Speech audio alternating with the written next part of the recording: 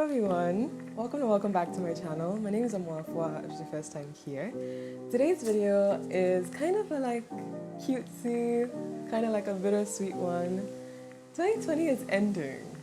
We're in December, we're just a couple weeks away from the end of the year. I think for the last 4 years that I have had a YouTube channel, I've always done some sort of end of year wrap up video. This year, I asked you guys to share with me on Instagram the biggest lessons that you learned this year, and I got some really beautiful, really poetic responses, and I just wanted to share that. Maybe there's something that someone shared that would be a really great takeaway for you.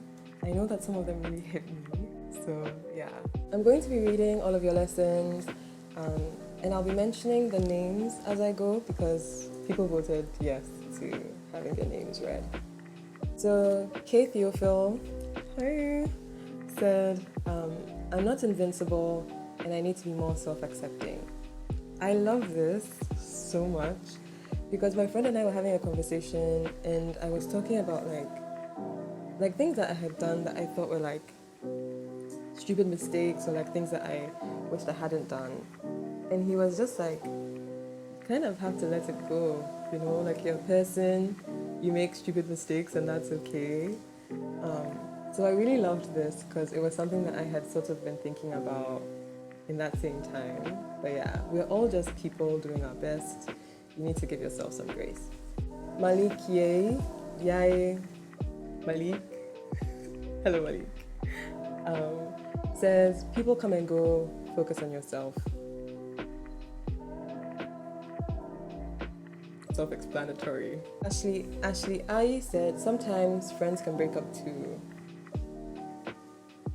I think my roughest breakups have all been friends. When you trust somebody and you believe them to be there for you. Because I always believe more in platonic relationships than I do in romantic ones. Yeah, friend breakups are really rough.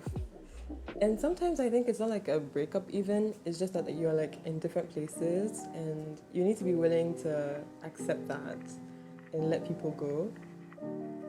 I think that's been quite difficult for me in the past, but I think this year it got easier to just be it's been fun and, I'm okay with saying bye to it.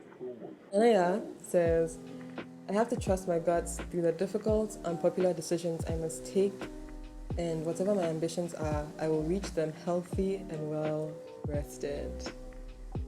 Please do not join wake and grind, sleep when I'm dead. No, we don't believe in that in this household.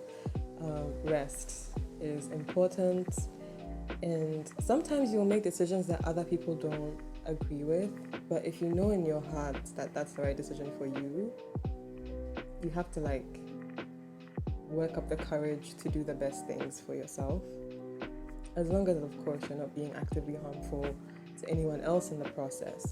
I think related to that, something that I learned this year is that if something is important to you, it's not stupid.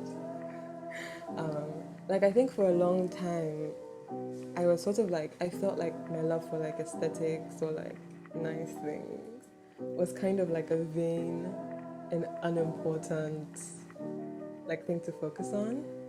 But no, it's valid. It's something that matters to me, and so it matters.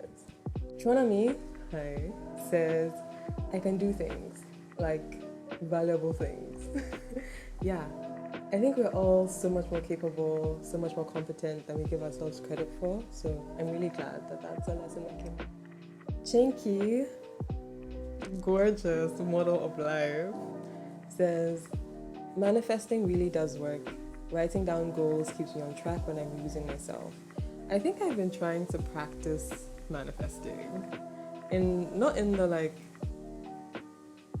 spiritual, I don't know what I'm saying. Sort of practicing speaking things that I want to happen out loud. I've also been really good about writing things down this year. I really wasn't before. Speak good things over yourself. I really believe that there's power in the words that we speak over ourselves, because I know there's always things that I will just keep talking about and then they will happen. And then I'll have a friend who will come back and be like, oh, I remember when you used to talk about doing this thing and then look at it happen now. And I'll be so shook because I don't even remember that I used to talk about it. So also like write shit down. So Brian Graham said, people don't love you for real. I'm so sorry to everybody who feels like this is what they took away from this year. I want to give you all like hugs. Quartz Angel says, you don't have to hurt yourself just so you won't hurt other people. Your feelings are valid. Joshi Sable says, consistency pays. Born a Legend says, grab every opportunity that comes by, even if you have no idea. Say yes and then learn. That's a great one. I like that one. Bumi Africa says, self-love is mostly about doing the difficult things to make your life better. Aston Martin Darrow says, happiness is a choice. Therapy is great. Distancing yourself from bad people, even if it's family, is good for you. Anne Maria Poku says, it's okay to take a break and to fail. You just have to keep going. Pia Asiedu says, the illusion of control is the cause of my stress.